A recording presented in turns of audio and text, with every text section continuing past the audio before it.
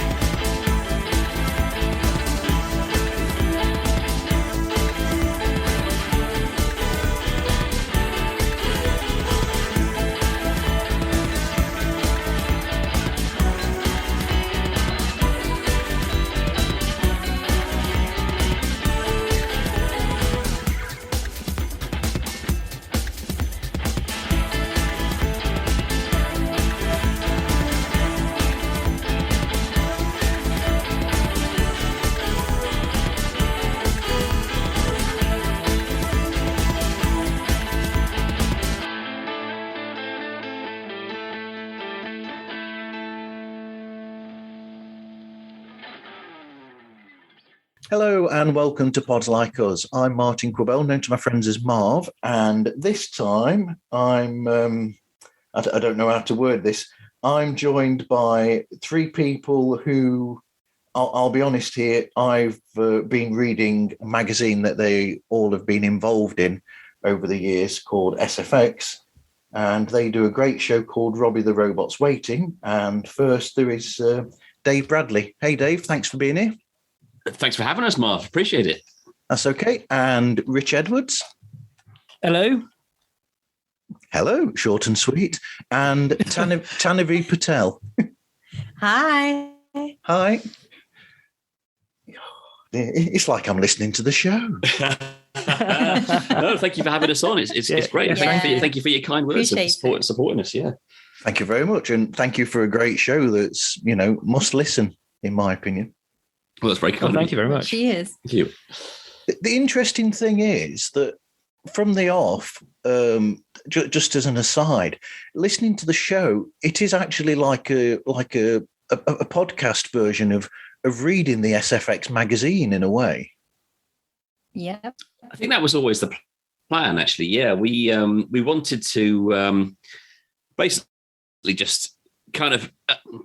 Well, we started when the pandemic came along. It was a real incentive for us to kind of get together and chat about science fiction and stuff that we love, and make a podcast of that. But very early on, we realised that we wanted to make it a kind of an audio magazine. Is that fair to say? Yeah, I think that's really what it was going for. Yeah, I think a lot of it as well. You think about, we were very lucky to work in offices with on the magazine with a lot of people who kind of really knew science fiction, and there'd be really cool conversations and just chats about sci-fi and actually or things that often sort of went out into the pub as well. Yeah. And actually it's been really nice to sort of do that in a podcast.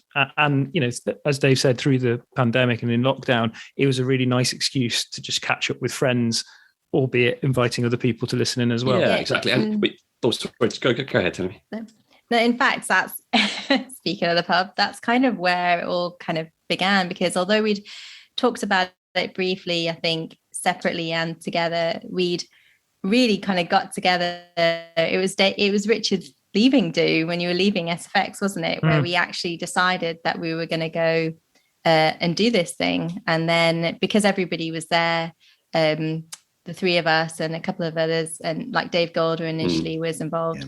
Yeah. That's how we kind of got the ball rolling. And then there was a bit of sort of messing about trying to record stuff in Bath. And then obviously when we all sort of moved separately, tried to kind of do things. And then it was really the pandemic that sort of pushed us. Yeah, absolutely. Well, it was the inspiration, wasn't it? Because it told us that we didn't actually have to be in the same place to do it. We could do it remotely. And it's like, exactly. That was the proper eureka moment. Yeah. Yeah. After sort of our time on SFX, we were kind of living in slightly different places. Dave Golder, of course, he was one of the sort of founder members, if you like, although he's subsequently not been in it every episode. But he doesn't live in the same town as us anymore, and so it was the opportunity to do Canada for a bit. You were. That's when we started out. The first pilot we recorded. That's you were right. in Canada. I was. And surprisingly, it was quite clear. I think we were like using, WhatsApp or something initially. Yeah. I don't know. But in the end, we somehow managed to, be inspired by the pandemic to realize that since everyone was working from home, we could dial in and do that. But actually, thinking of like Dave Golder, and you may have heard other people on the show. We have a guest every week in which we talk through with them some favorite science fiction and fantasy of old. And having worked on SFX with a lot of these people, that was really, it gave us a lot of contacts to bring on. So I think our first episode had Tara Bennett on it, who has been like SFX's US correspondent for years and years. And I think that's sort of given us an excuse to catch up with some old friends during the pandemic. So we do have, generally the guests are people who write, I guess, whether it's for SFX magazine or other magazines or authors. That's generally where they're coming from in the background, isn't it? Yeah, I think that's it. We've actually recorded a few that haven't come out yet, that with some other sort of folk that we know from comics and books and things. But I think probably the last one that's out there was Joe Abercrombie, who's also based locally to us too, the author. So good fun. I'm waiting with bated breath for the next episode to come out. Actually, it won't be long. It won't be long. We should probably say that. I mean, we're technically, we're officially into our second season. We have rejigged the makeup of the podcast now, so it's a bit less of the news and a bit more just of sort of what we've been watching and our rewind section where we review something from days gone by that we all love or lengthen the chat really. Not so interesting. I think as you said, when we started out earlier on, we wanted to make it sort of like an audio magazine. I think there were some great components to it, but it was sort of structured like a magazine as well. We'd start off with sort of what we'd been watching, and then there'd be kind of the retro section, the looking back thing, and then we'd also have some news in there. And I sort of really enjoyed doing that, but it made for quite a long show, and also it kind of dated the show quite a lot, because if you're trying to stay on top of the news, you have to make sure you do it kind of regularly. And if you listen to those podcasts now, I think if you go in there, listening to, and you want to listen to what about Buffy or whatever, you also kind of listen to stuff that, it's interesting in a kind of time capsule kind of way, I guess. You got to hear of us talking about, Black Widow's going to be out soon kind of thing. But, but now in retrospect, it's kind of fast. So a little bit less of that now. The makeup's slightly more kind of contemporary. Well, I think we found as well, just with feedback from people, obviously people like the retro stuff and, just talking about stuff that people remember. But I think the what we've been watching, it's been very gratifying. You hear a lot of people saying, "Oh, I found this because you talked about it," or "I started watching it and enjoyed it." And actually, in a way, I think that kind of doesn't date so much, because there's so much TV and so many films around now that no one can watch everything in one go. So everyone's got this sort of ever expanding to watch list. And then they sort of suddenly hear, oh, now I know what I'm going to put on my list next. And actually that's really nice to be able to do that. And I think that, we essentially cover a lot of the news in a way with what we've been watching, because we do try and keep up to date in some ways. And we talk about things, even if it's just trailers or like little events that have happened, then we'll mention those things too. So hopefully the audience appreciate that as well. And they don't have to necessarily kind of go trawling through. It's contemporary at the same time it doesn't date. Absolutely. So hey, this is Tim from Bad Counsel. You want some good counsel? Keep listening to the smooth, dulcet tones of Marv on Pods Like Us. So what are your earliest memories of sci-fi or fantasy then, Tanavi? Oh gosh, starting with me. Okay, so then I should probably mention I call myself a late bloomer when it comes to sci-fi and fantasy. I don't think I really joined the nerdom until I was probably definitely an adult, but probably 30s really, when I sort of became immersed in it. Growing up, I wasn't I think exposed to that much. I wasn't even allowed to watch that much TV. And so I think that kind of made me hungry to watch more TV. I do remember watching things like The New Adventures of Superman with Terry Hatcher and Dean Cain, and Sliders, that kind of 6 o'clock BBC slot, which had some really good stuff in.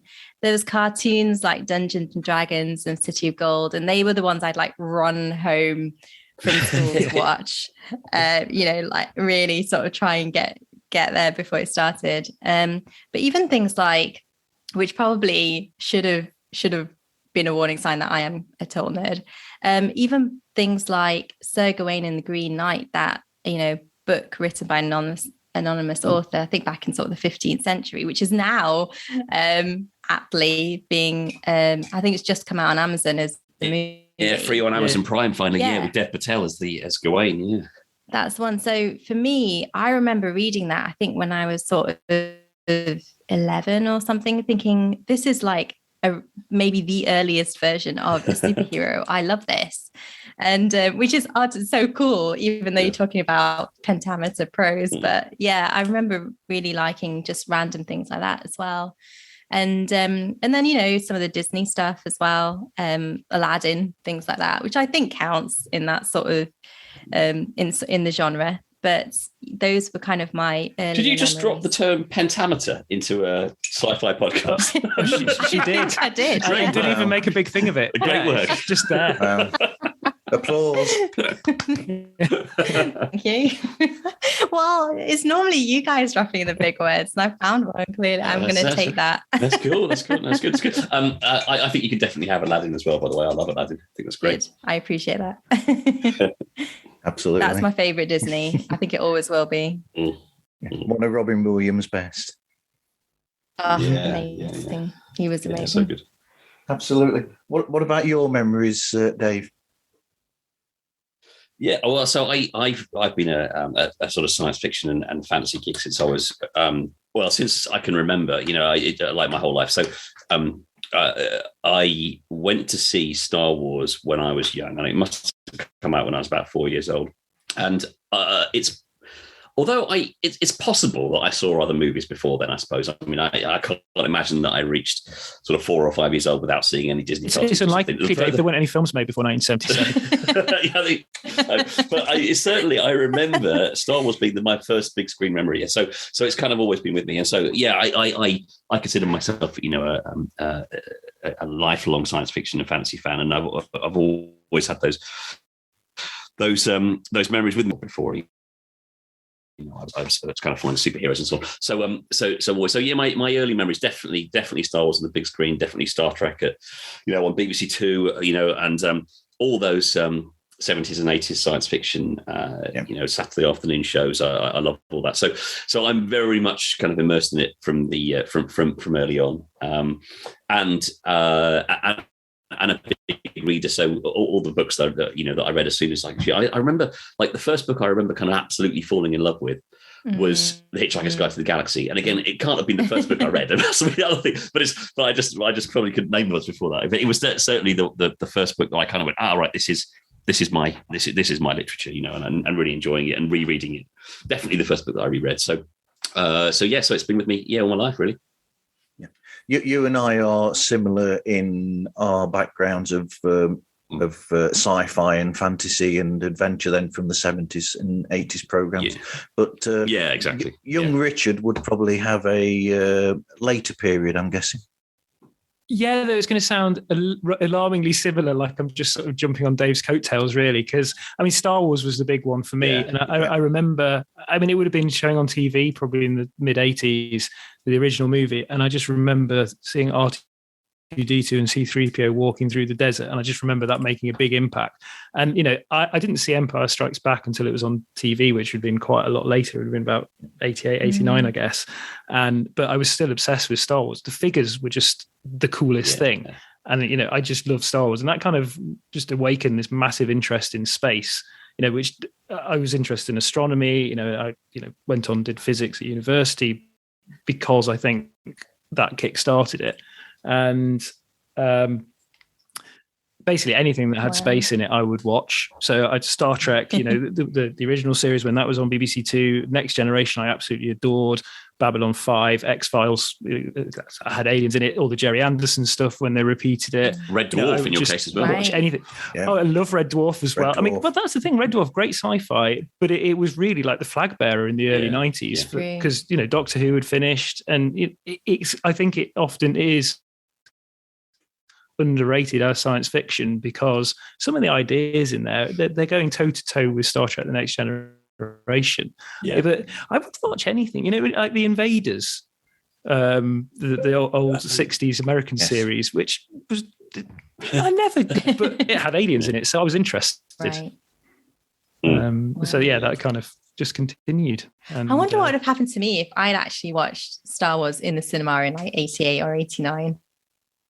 And I would have been like, I would have gone down your route, maybe. I know I didn't watch it until I was 26. Because my first experience of Star Wars was on, sort of rewatching a recorded off the TV video. I know I could tell you where I could still tell you where the adverts come in Empire Strikes Back. With that Scotch skeleton. How many times did you watch that VHS? It was probably like completely grainy by the end of it, was it?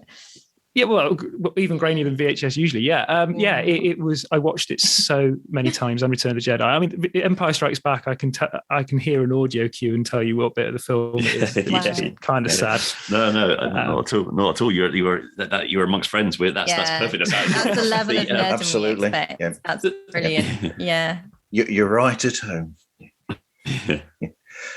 As an aside, I never knew till recently that actual skeleton in that advert was Jerry Anderson produced. Really? What? Yes, that's a Jerry Anderson production because they've mentioned it on the Jerry Anderson podcast before. Oh wow! Oh my gosh! And I never realised that until they spoke about it.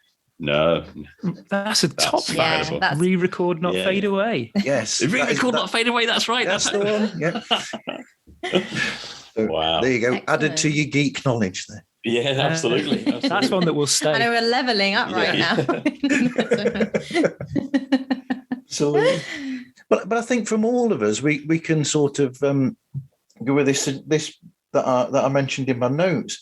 I think we prove that you can like both Star Trek and Star Wars at the same time. Oh yeah. Oh yeah. Absolutely. Yeah. I think we probably all three of us do. I imagine you're the same. Yeah. Absolutely. I think Star Wars, I'd say, is my first love, but actually there's so much more Star Trek than there is Star Wars, and there's a lot of Star Wars. Actually, the hit rate of Star Wars isn't always that great, in terms of movie. It's not like it's just that the highs of Star Wars are so high. But yes, there's so much good Star Trek, and what Star Trek's like, 750, 800 episodes now. Yeah, exactly. Yeah. I think that's the thing. Both universes are huge. I mean, if you include all the other stuff around them and the books and everything, I mean, you could literally spend your life in either universe and not watch anything else, or read anything else. But I think that's why it's hard to say one or the other, right? Because for me, even though I don't know as much as these guys about those universes, I definitely love bits of both universes. Yeah. No, I agree. It's fun. I mean, I think all of us like both franchises, but I've always had this memory to speak to what you were just saying there, Rich, about how much was the hit rate of it. Talking to Dave Golder, of course, Dave Golder, the former editor of SFX and kind of an honorary member of our podcast, even though it's silent one sometimes. But we were chatting, and I remember he was saying we were asked by Sky at Movies to him and I to do a little interview about whether we preferred Star Trek or Star Wars. This exact question we were interviewed by Sky to do it. Oh. And they the interviewer, we were both working at SFX at the time, and the interviewer did the opening gambit. I just remember Dave Golder saying, well, he said, the problem is I actively hate half of all Star Wars, which got the tone off at the start of it. And it's kind of, there was a point where that was probably true, after, there's a few of the big screen movies that aren't held in high regard. I can sort of see where he's coming from. I think as well that, they just complement each other really well, because they're very different kinds of science fiction. I mean, Star Wars isn't really science fiction. I mean, it's basically fantasy in science fiction clothing, whereas Star Wars is full on Star Trek is full on science fiction. And they've tried to do different things with it, and you actually then get that weird melting pot with J.J. Abrams' Star Trek, where this was a guy who hadn't really grown up with Star Trek, but sort of basically Star Wars'd it up and made a very effective audition to make a Star Wars movie later in his life.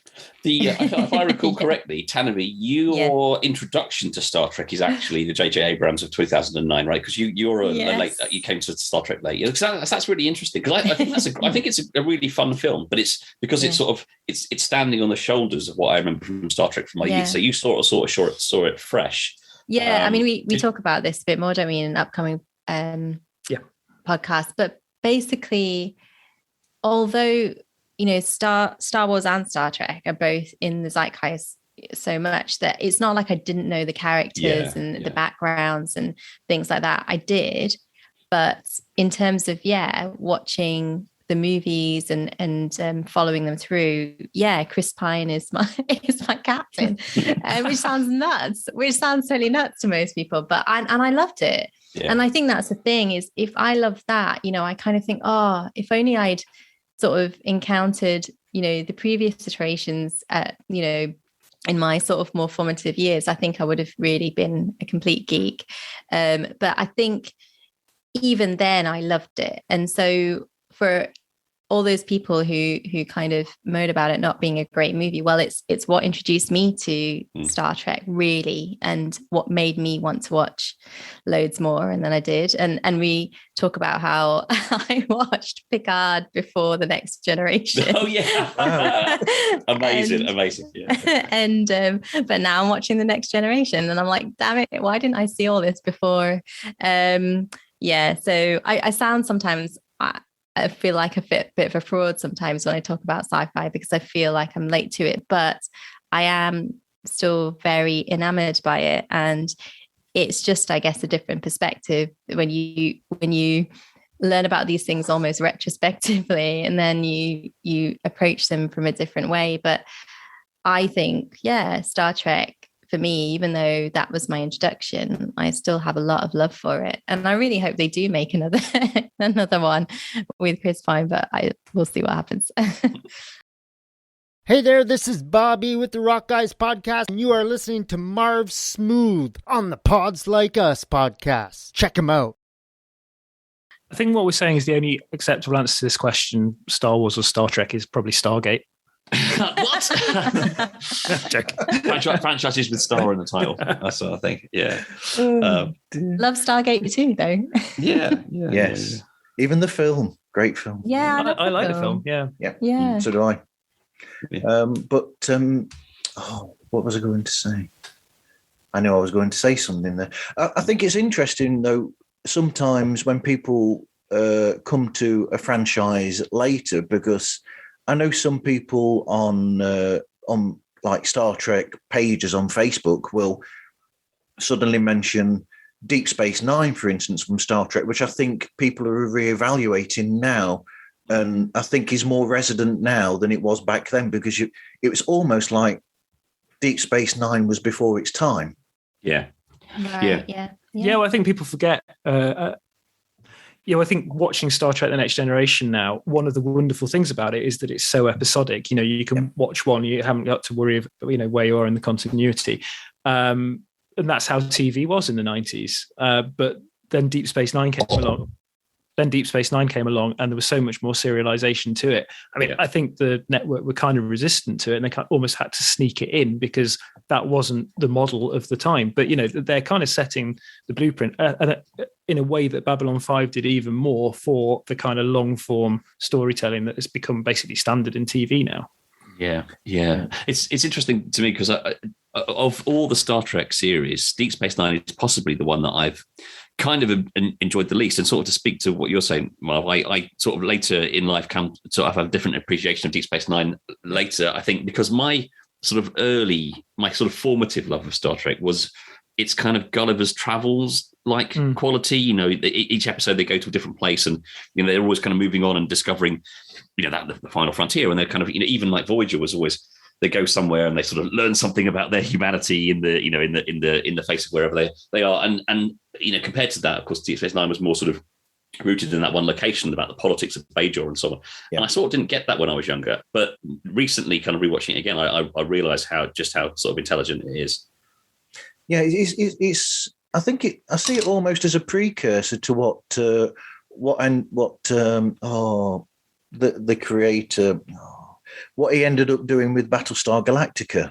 Ron D. Moore. Ronald D. Moore. Yeah, Ronald D. Moore. Yeah, because he was one of the big producers of Star Trek: Deep Space Nine. Well, and I think Battlestar Galactica was very much a reaction against Star Trek. not that he hated Star Trek, Ronald D. Moore, because it was what gave him his career. You know, the Star Trek Next Generation had an open submissions policy, and they discovered a load of great writers from it. And one of them was Ronald D. Moore. And after a while, I think a lot of the writers found that the idea that they had to write in this universe where there couldn't be much tension within the crew because it was this utopian future was really frustrating. And obviously he loved telling stories in space. And with Battlestar Galactica, he kind of riffed on, I guess with the original Battlestar Galactica, a show that was just one of the great missed opportunities. You know, it was this brilliant idea about a bunch of people being chased out of their homes by angry robots, and it turned it into disco. You know, it was just a brilliant idea, just with the wrong styling. And obviously they spent so much money at the beginning, they couldn't really carry on with that. And the studio got cold feet. And actually, when you come in with the tone that Ronald D. Moore did, it was just spot on. And but I don't think that would have happened if there wasn't that kind of, I'm not being able to do exactly what I wanted to on Star Trek. Yeah. Yeah, but there were a lot of writers and people who were producers for Deep Space Nine who weren't involved in the other Star Trek series, possibly because of that difference between them. I mean, you wouldn't find. I don't think Robert Hewitt Wolf wrote for any of the other Star Trek shows, for instance, and none of the other shows had that incredible amount of so many characters that they were writing for. Not even the main characters, but not just the main characters, but all of the extra characters as well around it. It made it more of a. It was exactly what they made it exactly what they were trying to do, which was almost like a frontier town. So you've got all these different characters that were there, which you wouldn't have on a starship, because it's just like mainly the bridge staff and maybe a few other people on the starship. And then wherever they go, it's the incident of the week on any of the other Star Trek series. That's a really good point. Yes. Yeah, I hadn't thought of that. Deep Space Nine is as Deadwood. I hadn't thought of that. Absolutely. Yeah. Yeah. So, okay. So for anybody listening, I think it'd be fascinating for them to find out about your histories with SFX magazine. And I know Dave was the first of you to be involved, I think. That's or was correct, Rich first? Yes. Yep. No, there's not much in it, but yeah, Dave was slightly first. First, yeah. So I was reading SFX since launch. I absolutely loved it. I was obviously as a big science fiction fan, but I was working for the company that published SFX, Future Publishing. In other capacities, I was a games and technology journalist, and I'd been editing the official Microsoft Windows magazine, which Future made under license, and I was working on that. And the editorship of SFX came along, which is Dave Golder, after editing the magazine for 9 or 10 years, left, and so I applied. That was my chance to move over and from the computing division where I was at that time to work on the mag and combine my love of making magazines with my love of science fiction, and I joined in 2005, which was great. And then the following year you joined, Rich, didn't you? You came as news editor, I think. That was right. Yes, right. Yeah, Dave went on a sabbatical for 3 months and came back and found a new news editor. So I was appointed while Dave was basically on an extended holiday. But before that, I worked on a film magazine called Hot Dog for about 4 years, and that folded. And it was very fortunate that at the time that Hot Dog was finishing, SFX was advertising for a news editor position, which I applied for and got. And so I moved to Bath and was able to immerse myself in geekery, which was fantastic. So yeah, started off as news editor, then became deputy editor, and then editor later. So yeah, and I was on the mag for about 12 and a half years in the end. Wow. I didn't realize. It just doesn't time fly. I didn't realize it was quite that long. Yeah, I think I must have edited it for about 9 years and then moved on. So we'd worked together for most of that time from 2006 onwards. Yeah, it was good. We at Future Publishing in that time, a lot happens in 10 years, doesn't it? We sort of moved around quite a lot, and from office to office. And in that time, I mean, we worked in every floor of Future's building, different offices, because we were kind of paired with Total Film in a division, and they were based in London, so we were easy to move So yeah, we got to sit with ads, we got to sit with marketing, all sorts. We saw the company in ways that no one else did. Yeah, and of course in that period we did a bunch of stuff as well. We launched a bunch of specials. We launched a spin-off magazine in Comic Heroes, and also later one called Crime Scene. But also we had the SFX Weekender for a few years, which was simultaneously amazing and terrifying. So really, nightmare, trying to create live conventions is a whole other challenge that goes while you're trying to make magazines at the same time. So yeah, that. Award show. Yeah, exactly. So a lot of fun. Yeah. Oh, it was. It was amazing. I think a magazine to be on. Yeah. Oh, yeah, absolutely. I was going to say, Rich, I think probably all three of us at various points still, over the last few years, have still contributed to the magazine, right? Oh, you still do, yeah. I get a bit annoyed if there's an issue when I haven't been in it. I think I was trying to keep a continuous run, and I think about 5 or 6 issues after I'd left, there was one review that was bumped or something. I was like, and I was like, I'll never get that run back. It's like Dave Gold. It's like Dave Golder. Just when you think he's gone, he comes right back again. Oh yeah. I mean, that guy's been there from day one, and he's still there now after all these years. It's amazing. Well, now I don't think he wants to let the record go, does he? He wants to be in every issue. That's right. Never break the chain. Yeah, of course he's in every issue. Dave's such a like a connoisseur of TV, isn't he? He watches so much. I think that he's always a good person to go to for that. And of course, Tanavi, your background. Did you kind of start working on events and things before you started writing? Yeah. I started freelancing. It was December 2017, when Rich gave me the chance to work on SFX, and I was so chuffed. I remember taking loads of pictures of that magazine, going yay, because I felt like I'd made it in a way. And but prior to that, I'd sort of really started writing for fan sites for certain shows that I loved, like Haven and Chuck and things like that. And then I sort of started, I guess, blogging and doing interviews and things related to those shows. And then it became a bit more widespread, and was doing more interviews at conventions and things. And then I got hired to be a host at MCM Comic Con. And that's where I met Dave Golder. And because he was working on the magazine for MCM Comic Con, so MYM magazine. Oh, yeah. And so I was obviously hosting and interviewing and doing other sort of bits of writing and things on the side too. And then, so he kind of took me under his wing a little bit and said, well, if you want to write for MYM magazine, then, we'll see how that goes. And that went quite well. And I used to cover really random stuff for them as well. I remember I wrote a feature on Murdoch Mysteries, which was sort of top of their website for like a month. And so yeah, there's things like that. And then and then obviously through him I came to know Rich and Dave, and then that's how I ended up freelancing for SFX. I'm Agent Scott. And I'm Cam the Provocateur.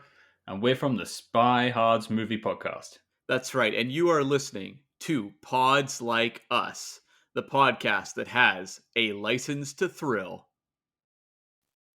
Yeah, in fact, talking to you three about the history of you all in SFX reminds me of that great. Was it a 2-part where all of the editors from SFX were all talking together? That was fantastic, but it must have been a nightmare to edit that one, Rich.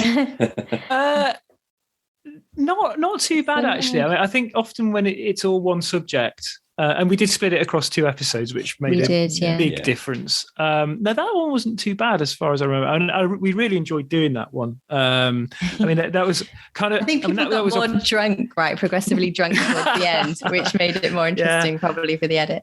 That was kind of opportunism, really, because we're thinking, well, SFX is 25 years old. We're kind of uniquely positioned to get all the editors together, seeing as 40% of them are on the podcast anyway. So yeah, and we see Dave and Matt very regularly. They're in the area, and Darren, who's the current editor, he was very keen to be involved as well. So it was just a really fun thing to do, and actually. I think of all the episodes we've done, we've probably had the nicest sort of feedback from that, particularly from people who work in magazines, who kind of like listening to it just to hear what magazines were like in the 90s and the noughties, and just reminiscing on that side of it. I think it was fun for all of us to hear each other's stories. And, all of us, I think, had slightly different challenges because, the 90s was a great time for magazines, but there wasn't that much sci-fi out there. Magazines were selling loads back then, but, and they were really driven by X-Files and Buffy. And you compare it to now, where obviously magazines are competing against the internet, but there's so much sci-fi. It's everywhere. Yeah, absolutely. But I mean, it came out. It's serendipitous that it came out when it did, considering that very soon you'd have Buffy and all of these things would suddenly come, and it's like, as the SFX magazine grew, so did the actual sci-fi genre itself as well. I think Matt Bealby, who's the launch editor, and Dave Golder deserve a lot of credit for pushing for that for the launch, for actually seeing what was about to happen. And I think that there's actually some big changes quite early on in SFX, just in terms of the first 3 issues of movies. I mean, famously, the first issue was Tank Girl. Yeah. And it's, I think the issue where it really kicks off, I think it's issue 4, where they put the X-Files on the cover. Yeah. Because they hadn't been thinking TV was going to do much for them. And obviously the X-Files, it was just the right time. This was a show that did that rare thing of being a sci-fi show that was an absolute mainstream hit that everyone wanted to talk about. And then a few years later, you got Buffy. And I think when the first Buffy cover was considered a bit of a risk, because, what is this show from America about a teenage girl who kills vampires? And obviously based on an unsuccessful movie. Exactly. Yeah. And then, you look at the subsequent 5 years, and it was going through phases where every 2 or pretty much 1 in 2, 1 in 3 issues had someone from Buffy or Angel on the cover. It was just the thing. Oh, yeah. Yeah. I found it funny, actually, about I think I pointed it out when it came out, when they had Picard, I mentioned that I think Jerry Ryan was on 2 or 3 SFX covers in, one after the other. I think you're probably right. Yeah, I think I remember that. Yeah, she was, because they were celebrating the anniversary of Voyager at the same time, I think. Yeah, sounds about right. Yeah. Yeah, it's funny as well, because when I obviously haven't done it as much as these guys, but when I sort of mention to people, I'm, can I interview for SFX and things like that, they'll know the magazine and they'll remember, I was on the cover at this time. And I remember it. And it is amazing that people, it means that, to people. And these are obviously people who've been interviewed quite a lot, but, they'll go, oh yeah. And I remember I was on the cover for this, and I had a big feature in SFX for this movie. And it's like, yeah, wow. So it's nice to know, I think, that it has that prestige even among the celebrities. But even there with the celebrities, I mean, I get the impression that they have a certain pride about the work that they've done in the genre, that even the Star Trek actors and actresses from back then and the people who worked on it have a pride for that isn't the same as some of the other work that they've done. And it's just a genre that I think brings that out in people. Yeah, I think you're right. I think partly because it's got such an active fan base. So, if you star in Star Trek, you're kind of guaranteed a certain, amount of adoration and so on. But yeah, absolutely. It's a genre of imagination as well. And they get to take their characters in really interesting places. So absolutely, I think they've got some affection for them. But yeah, there are conventions and things for crime and other genres, horror particularly, but there's something quite familial and supportive and fun about the science fiction genre and the science fiction convention. So yeah, I think actors can take a lot of pride in the work, and usually we're very fortunate, I think, to kind of encounter people who are very, very grateful to the fans and very keen to sort of interact with them. Yeah, and going back to the show where you talked to where all the different editors of SFX were in, I got that same sort of feel from you all, where it felt as though you guys were always in touch with each other one way or another, and it's just like a family that's grown from that. Even if some of you haven't worked at the same time in the magazine, there's like a familial bond in there that you've all got. I think that was a very astute observation. Yeah, because I think there's not that many people who've worked for SFX, and I think that says a lot about the magazine. You know, there's only been 5 editors in 26 years, and actually, you know, you've had Ian Berriman, who's deputy editor now. He's been on the mag since I think 20 years. Nick Setchfield was there for a similar amount of time as features editor. People love working on SFX, so they don't move on. So you know, people kind of really get to know each other, and you know, have enjoyed working together.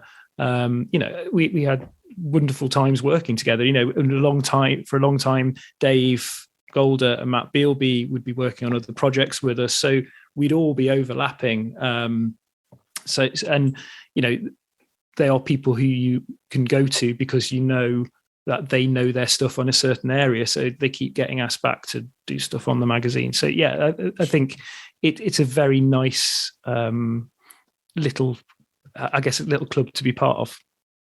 Hey, this is Brian with Concerts That Made Us podcast, and you're listening to Pods Like Us, a great show about other great shows.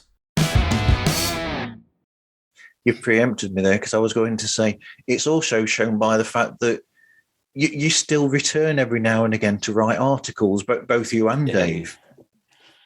We do. As we said, I try to be in as many issues as I can. I think because I mostly concentrate on book reviewing now. I mean, probably slightly fewer articles than Rich, but and Tanavi contributes as well.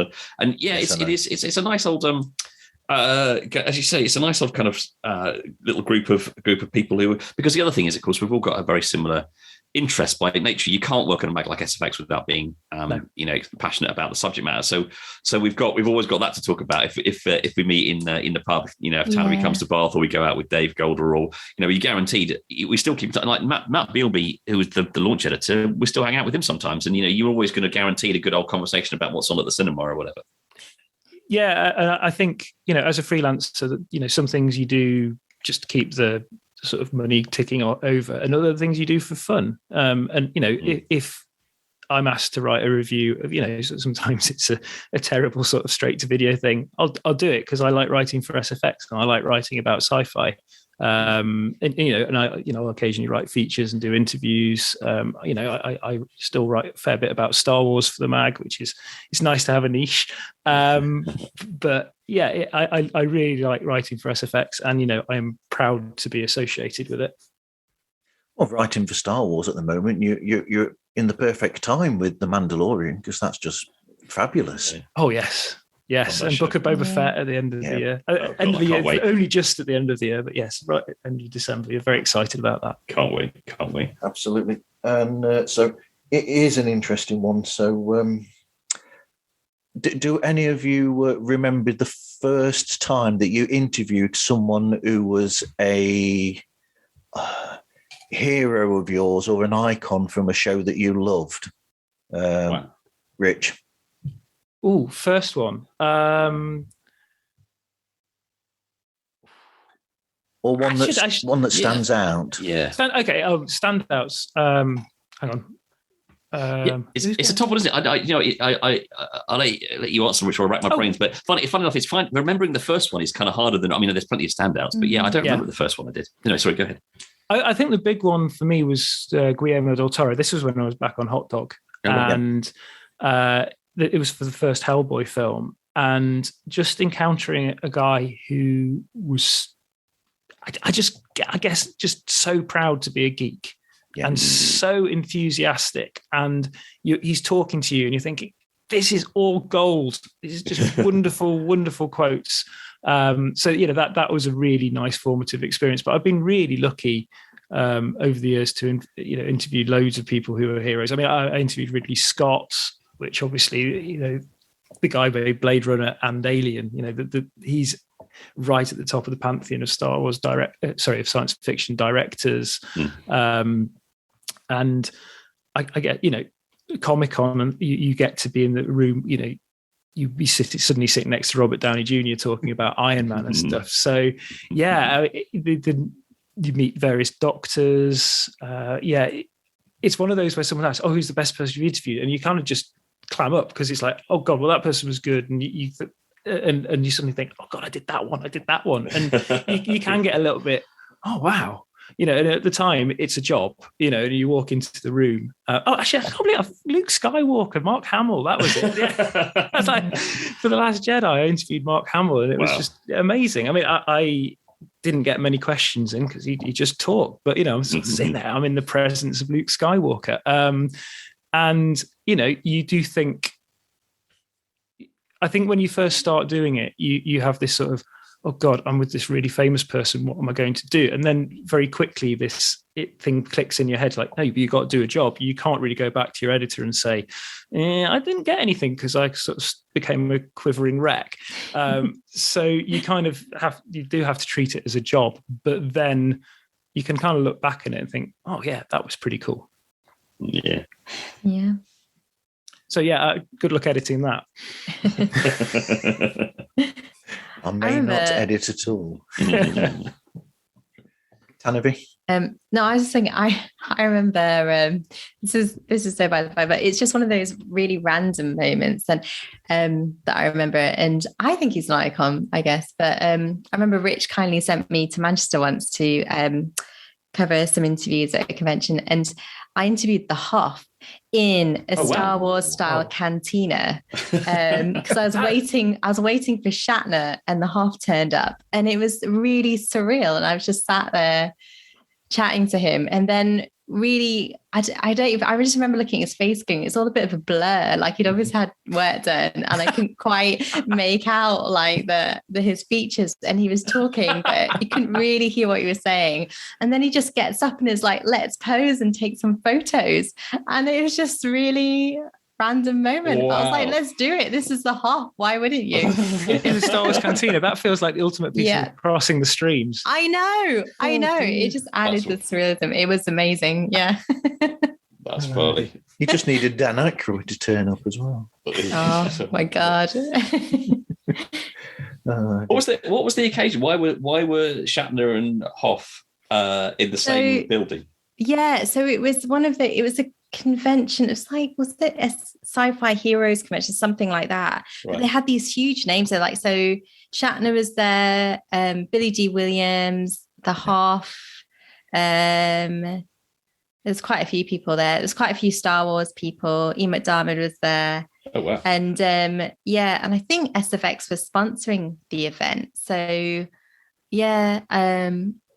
so they were supposed to have and they set up this proper press room, like the BBC and ITV, and people were like, and we had these booths, right, as in the canteen, like you do in the cantina, sort of like arches, right? Yeah. And it was like picking orders. So I was sort of in the 7th arch, and the BBC and ITV and Netflix and stuff are like further up.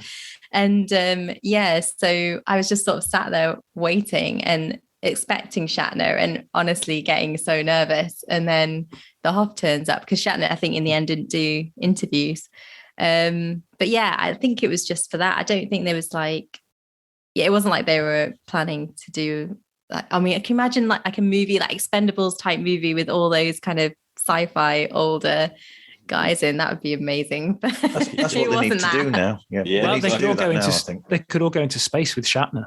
Yeah. They could. Well, he's not in space right now, is he? Is he at the time of recording? No, very unlikely because he's only been there for 20 minutes, isn't he? Oh, okay. It's not really space, but it's fine.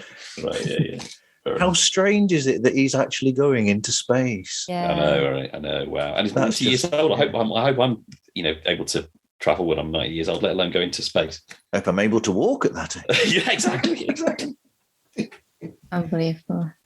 What about yourself, Dave? How many, sort of any standout interviews that you've had over the years? Yeah, I guess it is hard to remember sort of the first ones, but yeah, I've been fortunate to interview some people that I've admired. I mean, I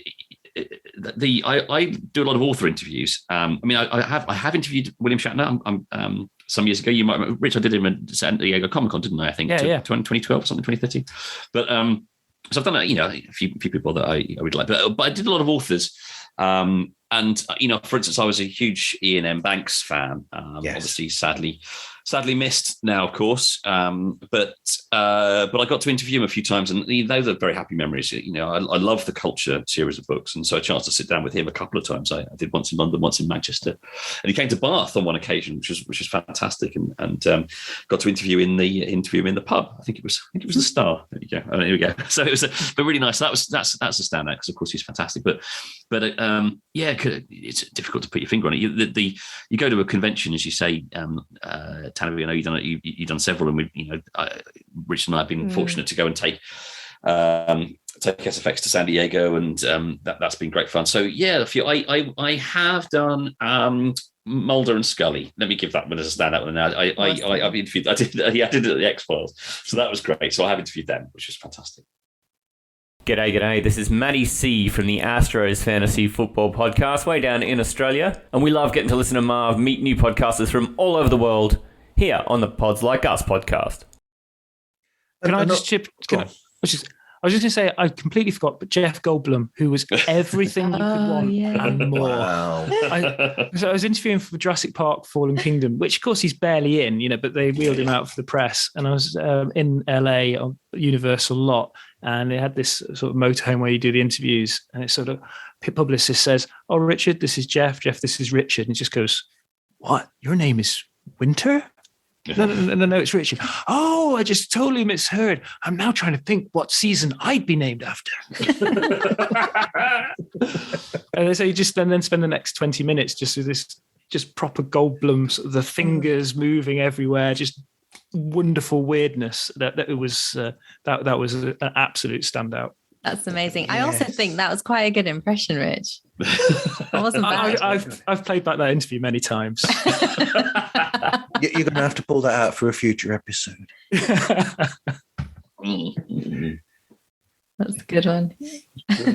But on as a tangent to that, then, I mean, you've I think all three of you have also been on sets as well. So how difficult is it to go to sets where films are being filmed and then keep everything to yourself for months and months before you actually get the article out there?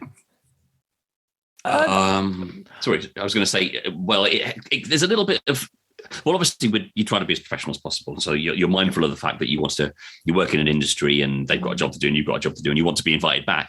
There's also very often you have to sign a quite a weighty NDA as well, a non-disclosure agreement. So you're also conscious of the fact that some lawyers have told you to be quiet, and that helps quiet the tongue a little bit. But it is. But you're right. It is hard. It's sometimes when you do go and experience something early on, which maybe a set visit or an early interview or something. Yeah, obviously you're sort of desperate to see it, and then maybe it gets delayed or something. I feel bad for all the people who did early interviews for Dune or whatever. They had to wait. Yeah. But I've been in a position where I've actually forgotten because I remember like one that they sort of said to me, "Oh, you can put this out." I sort of did a set of interviews which were prescient, and they were like, "Okay, those can be released." And then there was one I did with like a showrunner, and he started talking about the next season, and they were like, "No, you can't release that until the launch of the next season." And then the launch of at that time nobody knew when that was going to be, and then so I just kind of banked it, and I just couldn't. I almost forgot about it, and then I suddenly, and it's like almost, I think it was almost a year later that that I remember reading, "Oh, they're going to release that now," and then suddenly remembered, "Oh, I've got this interview that I haven't been able to do anything with." So yeah, it's funny. What must have been difficult? That sounds really bad. So I was moving it unprofessional, but I just didn't know. It's a bit like the New Mutants, where some of those became, the actors became adults from being children when they made the film. Yeah. Rich, didn't you see it, the New Mutants early or something? Did I imagine that? Oh no! I saw it in the cinema, fine. Which I regretted. But I think you get into this kind of state of just assuming you can't say anything. Yeah, and I think the hard bit that's the hardest part. Yeah. The hardest bit isn't like when you're still a year and a half 2 years away from release. It's when you start getting to 6 months away and things have started to come out, like trailers, or you might have seen another interview elsewhere, and then you can't remember if that was something that you're embargoed for from the set visit, or if it's come out since, and like, what can I talk about here? So that's where it kind of becomes a bit of a minefield. But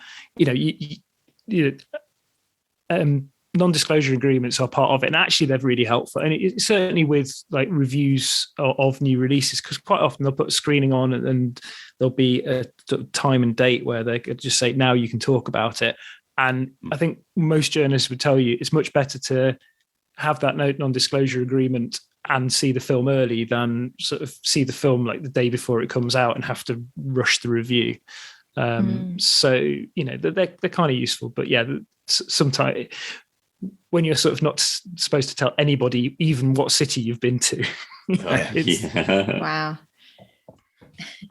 Wow. It's like you're really SAS agents, but for a magazine.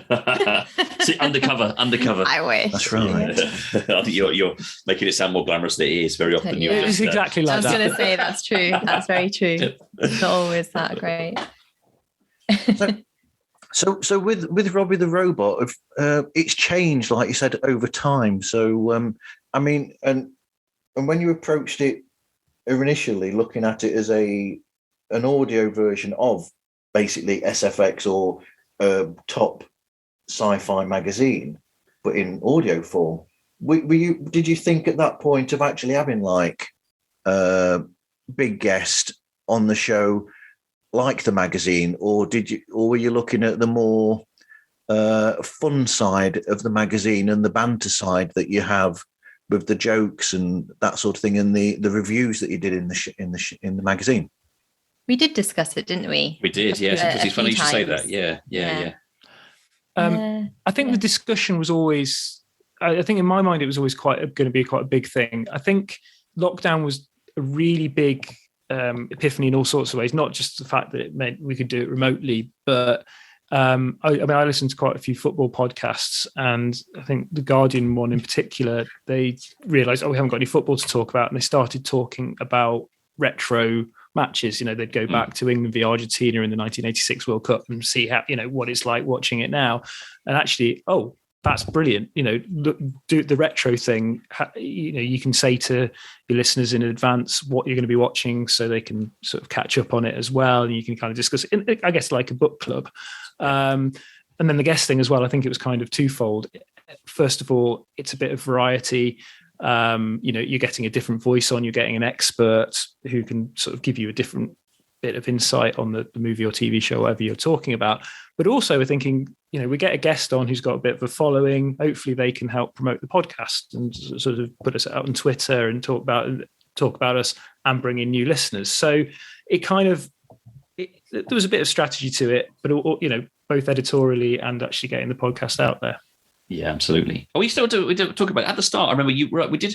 In addition to the sort of what we do now, we had, when it was really early on before lockdown, we'd kind of brainstormed the idea that maybe we might even have interview packages where we spoke to authors or whatever, and that was something that we definitely did talk about. But as you said there, Marv, there was a point. I think when lockdown came along, we just didn't sort of enjoy the banter of it and getting on people that we knew from the mag, and then the three of us, I think, found it's quite easy to sort of talk about the stuff that we were watching, and we quite enjoyed doing that sort of thing. And I wouldn't necessarily rule out us ever doing interview packages or something, but it just didn't seem to be that essential once we kind of got into the rhythm of it. Do you remember we did talk about it, didn't we, Tavi? We did, yeah. We did. I think I remember, a few times, and I think because we always thought we were going to have guests on the podcast, but then the first few it was guests who are more our mates or people we work with, and then so I guess the kind of celebrity like actors or people like that you're sort of mentioning got pushed down the sort of list, and then after a while we kind of realized, well, actually this is kind of a good way to go with using writers really who and authors and journalists and other people in the genre. Although the genre is so huge, there's so many different sort of elements to that. Like we're going to talk about anime in the next one, and so we did think about it. But I think, like you said, it just as as the podcast evolved, we found that that kind of banter we were getting from like-minded people in our sort of in our field seemed to work better for us and kind of became our USP really. So we could talk about like what we've been talking about now, those kind of stories when you do meet the stars and the showrunners and the behind the scenes and all those kind of things that kind of add into just the flavor of a review or your memories of a certain show or movie. Yeah. Hey, it's Gil from the Mind Buzz podcast. Today's mind culture and social podcast. And you're listening to Pods Like Us. Yeah, I suppose in a way, if you were talking to people who were involved in shows that were being made now and coming out now, in a sense, what Dave was saying with it being almost retro based on your show, it would timestamp it in a way, whereas not having them doesn't do that. So you can come to the show at any point and listen to any episode. I mean, you will be talking about some shows that are on at the moment, like you did deep dives on The Mandalorian and on Discovery. But at the same time, like I said, if you were talking to, I don't know, somebody about the new season of Lucifer or something, that's the date stamps it to when that season's out, because you're saying this season that's out now, whereas if you're talking about something in general, I mean, going back on something from earlier, and I was going to touch on this earlier and I forgot to, where you were saying about shows that you mentioned in what you've been watching yourselves. I think the good thing is with that is that because most shows now or most television stations are streamable, you can come at those shows at any point now, whereas back in the day, you were stuck to watching a program at the specific time that it was on.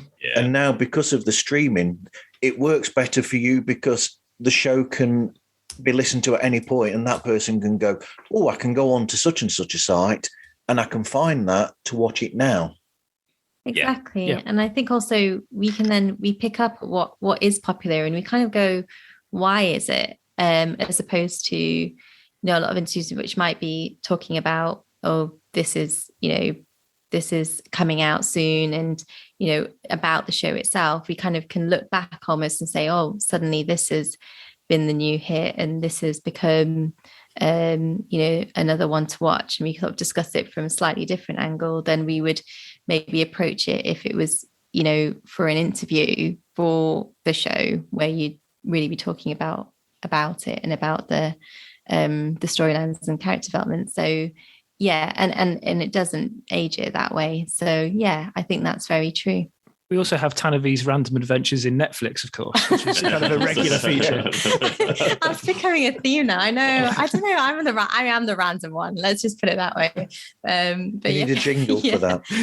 Maybe this is making me sound poor. Like I sound like I only have Netflix.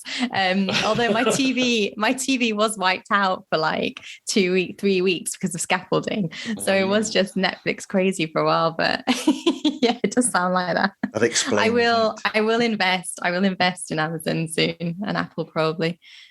I have Disney Plus. Well, you'll need Amazon back to be able to watch the second season of Picard. That's true. Yeah. Well, that's a funny thing. So I watched it when I was in Canada. Oh, so and it was on. So although I did have Amazon in Canada, it's true.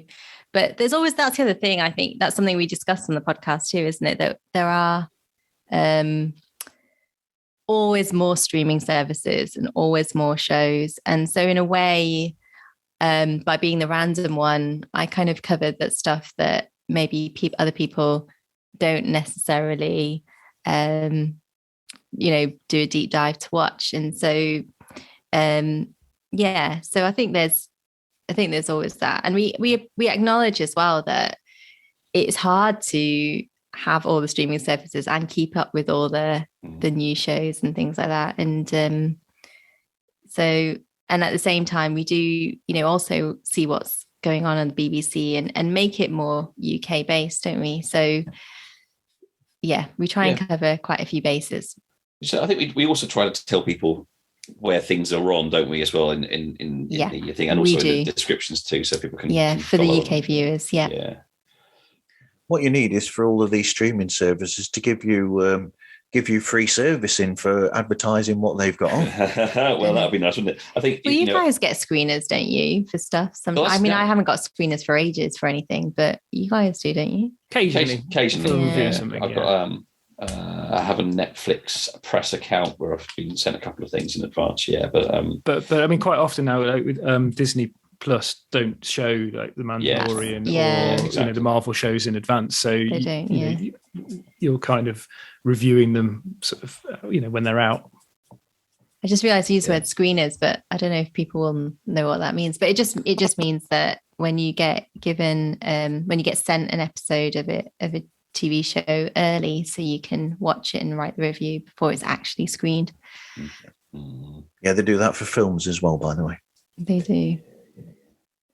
So did you have a set structure for the show, the way that it would go from start to finish? And has that changed over time? I guess we did a few pilots that will never see the light of day. We did 4, I think. Yeah, just sort of, and I mean, so we went out and we had, what we had. So we started off, and I think we had a bit of what we've been watching. Then we'd have a big topic that we'd talk about, like a big news story. Then we'd go into the retro bits, and then we'd have like lots of little news stories at the end. And quite relatively quickly, we kind of, eased out. We sort of eased out the sort of big news story, and actually the big topic. That was partly because we were finding that there weren't as many of those as there perhaps were shows to talk about. And we kept going with that format for a while. And then fairly recently, we've kind of eased out the news. I mean, we have talked about doing a sort of separate news show where we could just sort of rapid fire, let's talk about news stories. That we haven't got to that yet. But I mean, the general format's been pretty constant. I mean, it's kind of evolution rather than revolution, as Alan Partridge might say. I think we do also, as part of the retro, because that's the rewind section where we talk about a retro movie or TV show. We do interview the guests as well, so you do get a bit of that as well. And it's what they're up to now, and also what they've been watching. So often, if for example they are promoting a new book or something like that, then they get to mention that at that time. So it's a little bit of a plug for them too. But that's something we've done fairly consistently, isn't it? Yeah, that's the format we've stuck to. Yeah. I like how. Yeah, sorry. Go on, carry on, Tanavi. Sorry, and I was going to say, and then the other thing is the specials. You guys maybe want to. We mention the format for those. We've actually managed to do a few spoilers specials. There's been occasions where we've watched something that it demands a standalone episode. So I think was the first one we did Tenet. Was that right? It was, yes. Yeah. We were so excited to see a film. And also, it's a film that it sort of just demands a bit of conversation as well, even if that conversation is what's going on. So we did that. So we've managed to do a few specials, and I think it might have been Richard who had the idea. Forgive me, I can't remember, but we did the Christmas specials. We did 3 of those. The Christmas gift thing. Yeah. Yes. Yeah. Which was fun. That was an interesting idea because we got to sort of give each other the gift of a show or a film that the others weren't familiar with. So the idea was that someone had to bring a favourite that the others hadn't watched, and that would be the little Christmas gift. So we recorded standalone episodes for that. That was kind of fun. It had the flavour of the retro segments from our show, but just all on its own, and just with the little added twist that it would be new to the rest of the gang. So that was fun. I think we put some random. I think we put some sleigh bells over the music as well. Yes, you did. Yes, you did. So that made it Christmassy. That's all you need. It's the audio version of putting snow on the magazine logo, isn't it? Yes. I did the same thing. I did love all that. exactly the same thing. I love all that. It's good. Why not? Absolutely. And then you had the lost episode that came out as well. Oh, well, yeah, so great, that wasn't yeah. intentional. Yeah. No.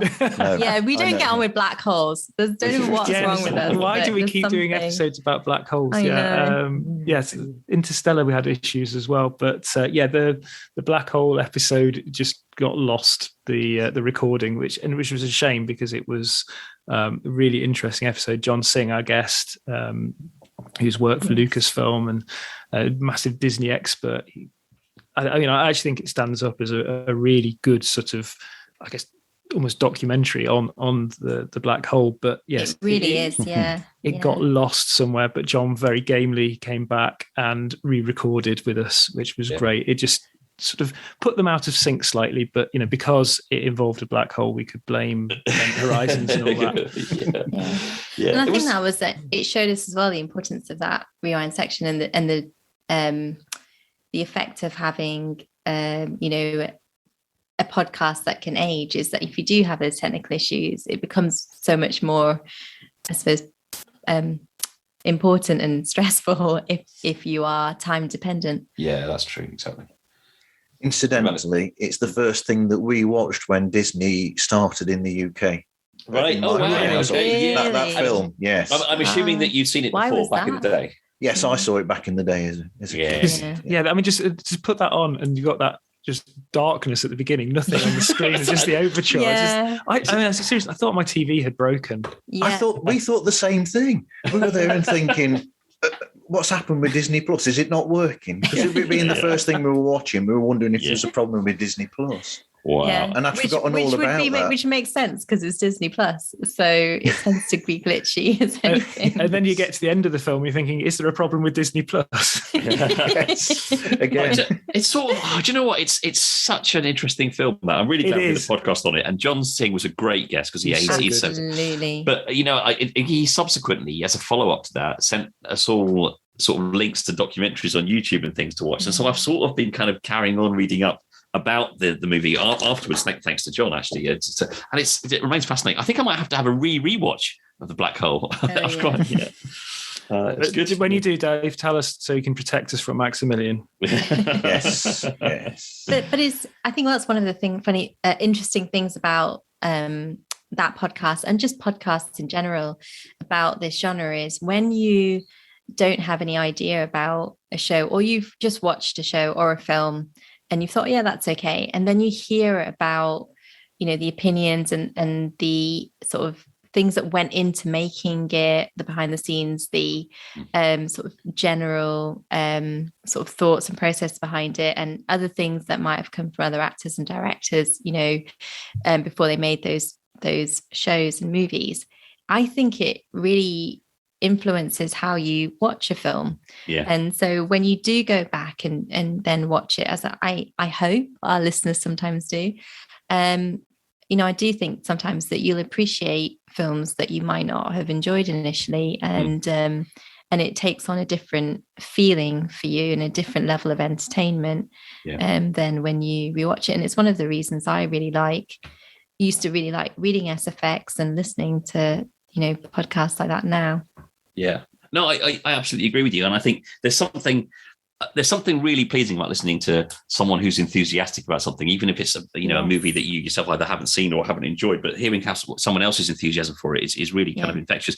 That's one of the reasons why I really like those Christmas episodes we did where we introduced each other, because actually I had never seen the TV show Haven, if you remember, and I know I know that's one of your favorites. Actually, it was in some respects that was kind of your gateway drug to fandom, wasn't it? Maybe one of a those bit. ones. I think that's fair to say. I mean, well, maybe not into the fandom, but definitely into the entertainment reporting world. I mean, that opened a whole thing for me. Yeah. But listening to you talk about it and you putting that in front of us, and I sort of became a little bit of a fan myself, and I ended up binging it all way more than I needed to in order to do the podcast. I just became now I've seen it all. I'm still very happy about that.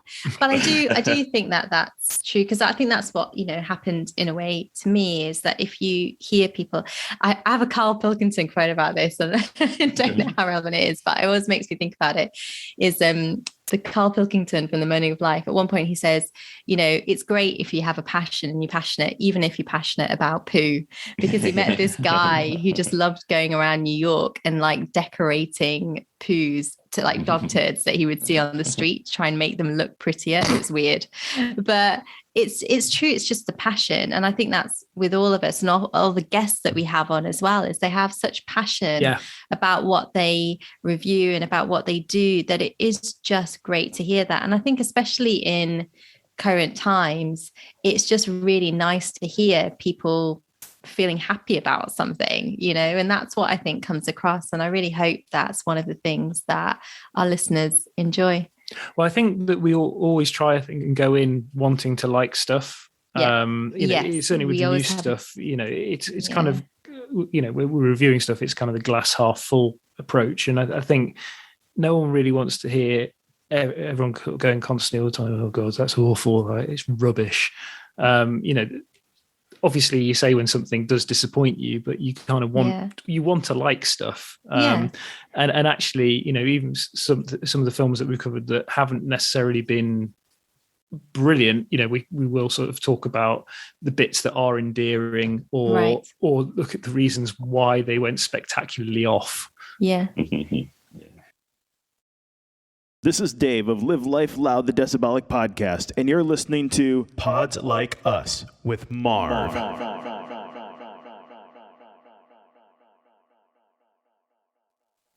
What was the transition like then from working on magazines to working on a podcast? Was it difficult at first to get used to the medium change or not? I think there's a lot. I think there's a surprising amount that crosses over. I think just in terms of structure and certainly in terms of editing, thinking about what's most important, getting kind of a flow of information, making sure that you're not sort of introducing a point at random. I think a lot of that comes through. I think, by nature as a journalist, you have to do a fair bit of talking, not necessarily in front of a lot of people, but you do have to go in and do interviews. They have to be structured, but at the same time, you have to be a little bit sort of flexible, because, the person you're interviewing won't necessarily follow the order of questions that you've done. You might want to do a follow-up that kind of leaps all over your list. And I think just doing a podcast is very similar to that. You're interviewing your guests, you're sort of asking your sort of co-hosts things, and I guess with the idea, as with any good interviews, that you're sort of making sort of planned spontaneity. You want it to sound like it's all like coming original, and that it's just a conversation that has just happened, but that won't happen unless you've sort of put some thought into the structure of it. I think that's very true, especially when you're doing live interviews. That's going to be the hardest. Can I just add on in what you're talking about earlier, that in terms of being passionate, I think it's probably important to say that we try and make things very inclusive and cover all aspects of sci-fi and fantasy. And I think that one of the things I remember, growing up watching sort of film critics on TV, is they often sounded very highbrow and very critical, and you felt sometimes like you needed a degree in film to like really sort of appreciate what they were saying. And I think this is just for everybody at whatever level you are in terms of nerddom, it doesn't matter. The fact is, though, all welcome. The fact is, though, on your show, and which. I'm going to go back to it again from the SFX magazine as well, and it's carried through to the show. There is that sort of, we're just geeks like the rest of you. There's almost that sort of feel to it with the humor and the way that you talk about things as well. And that comes across to me definitely, and it has done through the magazine and then through this show. That's really thank you. I'm pleased. Yeah, it is good to hear. Yeah, I think it might have been Nick Setchfield who put it like that. He said that if you read a magazine like SFX, it should feel like being kind of welcomed into a clubhouse. That's kind of where you go after work or at the weekend or whatever, to kind of be amongst, feel welcome. And it's got some in jokes in there as well. But you certainly sort of all welcome. It's kind of a home from home on the pages of the magazine. And I think SFX is like that, and the podcast is a bit as well. I think I think you're right. I think it's a huge part of certainly a lot of great magazines, and I think a lot of times you'd see that in SFXs in the captions, where you'd have some quite weird jokes, and you'd be thinking if one or two people get that, that's cool, and the people who don't get it straight away will probably go and look it up and what it means. So you are kind of creating that kind of, without being exclusive about it, just making people feel like they belong to your group, and you can talk. You talk about this stuff because you love it. Yeah, and I think also SFX, invited readers to write in and to come in, and I think that's something we do as well on the podcast. We like it when people feel that they can chat with us as well and tell us what they think, not just what they think, but what they would say about the films and things as well, and not just about the podcast. But it makes it feel more worthwhile, because that feeling should come across. Yeah, definitely. Now that we've broached this subject, I'm going to have to ask, because I've wondered for all these years. So that those jokes then that you have with the pictures and all over, are they? How do they come about? Are they written by the person who writes the article, or do all of the people on SFX actually come together, and when the magazine's put together, do they make them up, or how do they come about? Well, that's a good question, because it's a little bit of everything, really. I should say a lot of the like the captions of the images will often be put first of all in there by the production editor, who's kind of like a sub editor. I think from most of my time that was either Simon Withers and then it was Russell Lewin. But actually, you see, we tend to sort of mark each other's work, you might say. There's a lot of proofing in the office goes on, and so captions and jokes will be refined during that period. And sometimes the production editor will invite other people to write captions and things. The headlines and the kind of stand first and the straps and articles are often written by the writer themselves, or maybe amended or just tweaked a little bit by the section editor. So is that fair, Rich? Is that kind of your recollection too of how things are? Yeah, I think certainly with the captions, it's often the production editor. And say, as editor, when they came through to me, I might sort of tweak them slightly, or, someone else, or, section editor might think, oh, I've got a gag for that. I think with headlines and straps, we were never ashamed to push puns into all sorts of territory. I mean, in fact, I think we were always, that's the thing, we were kind of, I guess competitive's not the right word, but, we were always proudest of. And actually, you would have conversations in the office and things would spark off each other. And, sometimes when you'd come up with a silly pun that really worked as a headline or as a strap, that's the thing that kind of made you proudest. I know I used to say to the team they could write a feature, and that's a brilliant headline. We'll always be focusing on that bit, It's a brilliant joke. It's the editorial equivalent of scoring a goal in football, right? You'd make the perfect joke, because it's actually got very little amount of space. So you make the perfect pun, and then you'd have to run around the office like you scored a goal. What were we saying the other day, Rich? That its absolute pinnacle might have been Nick Setchfield's "The Spy Who Bruved Me," which is his headline for Kingsman, wasn't it? Kingsman, but which is just a ridiculous multi-layered pun. But yeah, say that again. I missed the spy who what? The spy who bruved me, because so the spy who loved me, but said bruved me. It's just ridiculous. But there would be a lot of that in the office. So yeah, the one of the places where there'd be most collaboration, I think, and it did a sort of change with the years maybe, but was on the cover. When the cover lines, that would typically be maybe you'd all stand around a computer. You stand around a monitor and suggest cover lines. It seemed to me that over the years, and this isn't unique to SFX, it's just maybe just the influence of the internet on magazines, is that cover lines got more literal with time. Yeah, definitely. And it used to be that maybe in the 90s you'd just have a joke on the cover, a picture of Darth Vader or whatever, and then there'd be a joke on the cover line, and the cover line would be attention grabbing But as time went by, certainly now, probably if you go to a newsstand and it has a picture of Darth Vader on the front, the headline will just say Star Wars or something. It becomes way more literal, and that's not just SFX. I think that's just how things have gone. I suspect it's because the internet has trained us to be a little bit more literal, maybe. But the days of lock up your gerbils long gone. We did one for V. It was V, the TV show where the alien invaders eat rodents, and then we had to lock up your gerbils. Wasn't that quite late at night, Dave? I think it was quite late at night, but I think as well we did for some kind of thing about what toy your toys might be worth. We did Cash in the AT-AT, which later became a feature. Yeah, exactly. That was funny. But yeah. That stuff was always sort of sitting around monitor, sort of joking around with stuff. It's good.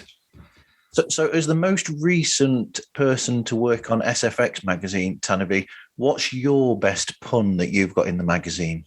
I don't think I really don't do that. I can't honestly think of anything. I don't do headlines, so no. It's possible that you've written something and then because the other thing I should say is that a lot of the things that probably might, people might have seen the strap or the headline about something I've written might very well have been done by Ian Berryman or Nick Setchfield or Rich or someone that, often the editor or the section editor will polish something up. Yeah. So I imagine probably, Tanavi, you've written stuff and then it'll just... I would also be, honestly, I think I'd be scared to try because you guys are so good at it. I just don't really want to try in that field. But no, so I can't, sorry, that's a really boring answer. But yeah, I can't think of any.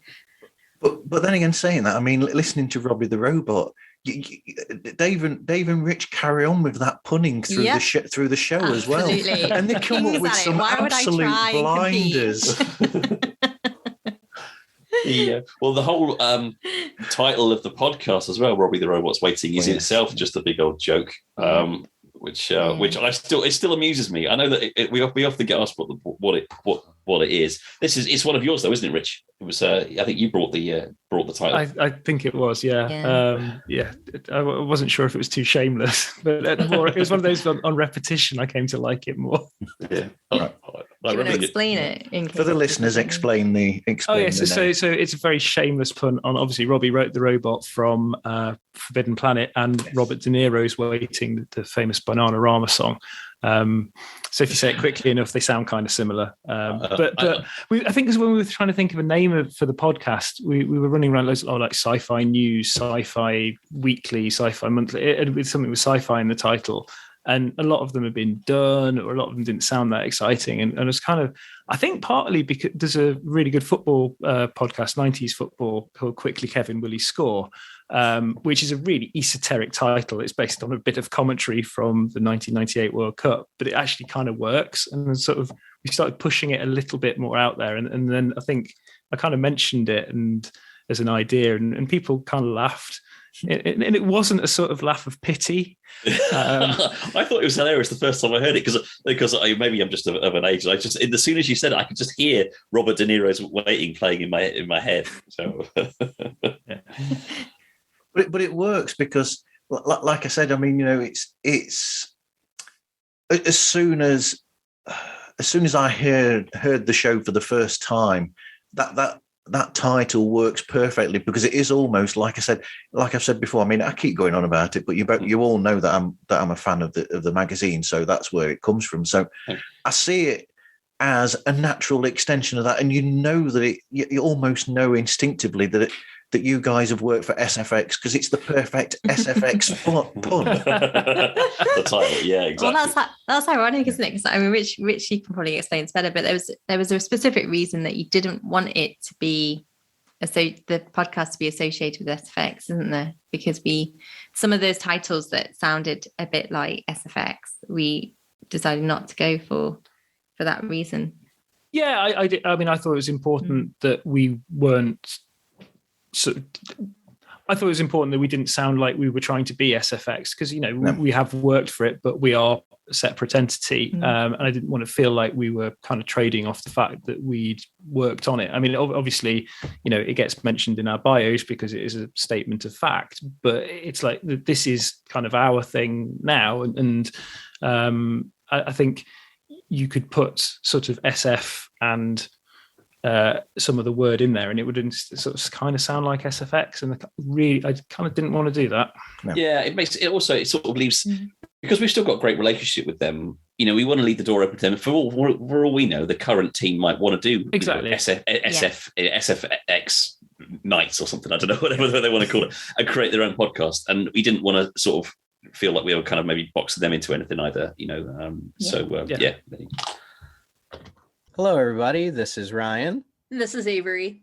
And we are from the Frame by Frame King Crimson podcast. And you are listening to Pods Like Us.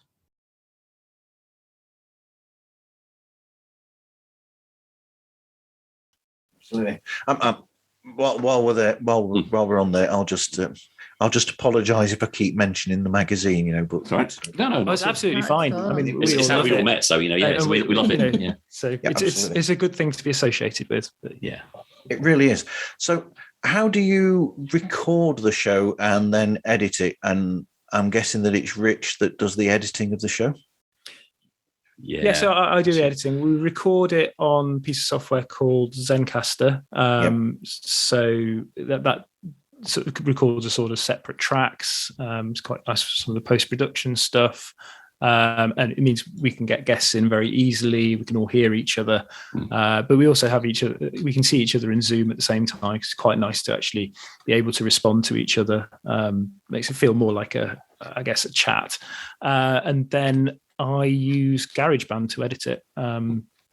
So I pull all the tracks together and just work my way through it, and just work out. I think my trick that I worked out a few months into it was I run the whole thing through some transcription software, so I can treat it like a feature effectively, like when I'm doing a transcription for an interview, and actually spot the bits that are good or sort of less bad, and sort of work that way rather than just going through the whole thing. Because I guess that's the way I think, having worked in print and online for so long.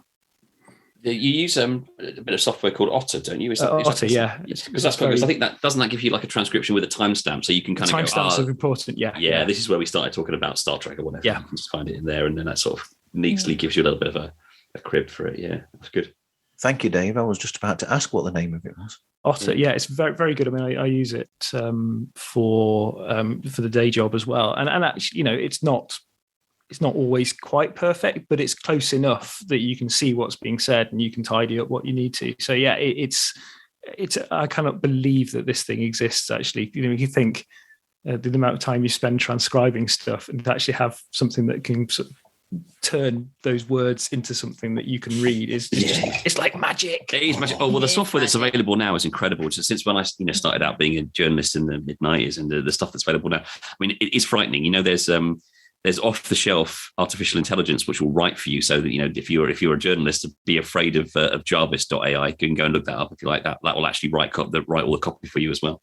It might become Ultron. Yeah, it might be. Yeah. It might be, exactly. Maybe that's why they call it that. Maybe it may. I'm sure there's. I'm sure, but yeah. But there's all the things that exist now that didn't way back. It's sort of both is glorious with things like Otter and some of the other tools we just record. I mean, can you imagine what it would have been like trying to record a podcast during a pandemic if it happened 20 years ago? Just how we would have got through the pandemic without the tech that we have now. Yeah. Exactly. Would have been just a huge, completely different kettle of fish. All the shows to watch and so on. Yeah, it's just what's wild. But even all the working from home that we did, even getting food, all those things. Yeah. Anyway, that's the whole tangent you don't need to go down. Yeah, exactly. Yeah, would have happily had Otter back in the day. Because it used to be quite useful. So yeah, I think Golder. Gosh, we've mentioned Dave Golder so much. He's always with us in spirit.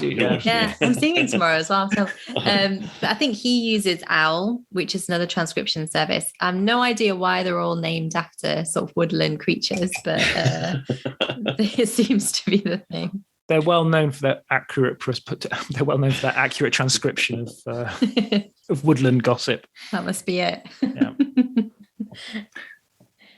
I'm going to do a really good edit of this and make it sound absolutely slick. Yeah. the magic of editing. Yeah, exactly. That's true. So the show music and effects of the sound effects or any that you put into it, where do you get those from? The theme is a piece of library music. I can't remember where we bought it from, but yeah, it's basically a piece of library music that we listened to and liked. It's got a kind of 80s vibe, I think, which I really like. And the sound effects are quite rare. So I usually sort of find those. I can't actually. Yeah, the sound effects are so rare that I'm not sure. I can't actually remember where I've grabbed them from. But yeah. How did you get the bleep? Sorry, that's a bit. I remember you had to bleep. How did you do that? Yes, the infamous bleeps. Yeah, I did a bit of research online on how to do it, and basically it was just making a sound. I can't remember. It was some kind of beeps. I can't remember what the sound was specifically, but it's just some kind of synth noise that you can do on a Mac. So I just use that. You kind of just stretch out a bit of sound, and it just becomes this kind of weird noise. And it sounded a bit silly, but I kind of rolled with it because I quite liked it. Because I don't even know if it was. I guess it happened inadvertently, but we just tend to keep things very PG, don't we? And it just seems to be quite a stark contrast when a guest comes on and they're not. But that just seems to be the way we've done it. Well, I know my mum and dad listen to it, and I don't want to know what I talk like normally. I should say the music, which I do really like, and you're right, Richie. Yeah. It's kind of got we've been using it for so long now that I say, yeah, I like you. I've sort of forgotten where you found it, but it does remind me of Blinding Lights by The Weeknd. And it's got a very similar beat to it, a very similar kind of rising melody. And in fact, whenever Blinding Lights by The Weeknd comes on, I always sort of think, oh, it's our podcast. Yes. Because it really, no, it isn't. But it's just for for any copyright lawyers out there listening, it is not the same piece of music. It just coincidentally hits some of the same kind of rhythms, doesn't it? But yeah. Do you actually listen to the episodes yourselves when they go out? I do. Yeah, I listen to it back. I guess that's one more listen for the count. I'll admit, I listen to it mostly. Sometimes I get a bit, I feel a bit odd about it sometimes. So sometimes not every. It can be weird hearing yourself back, can't it? Yeah. So not always every moment, but yes, I would listen back to it. Yeah. Not after I've edited it. I feel like I've heard it enough at that point. Yeah, I know what you mean. The thing is, and I'm the same as Rich, that you've edited it that many times that you're almost sick of hearing your own voice, that by the time you finish doing the edit. I think that's always the worst bit. It's like when you do an interview with anyone and you're doing the transcription of that, it's like, oh God, I have to listen to this guy again.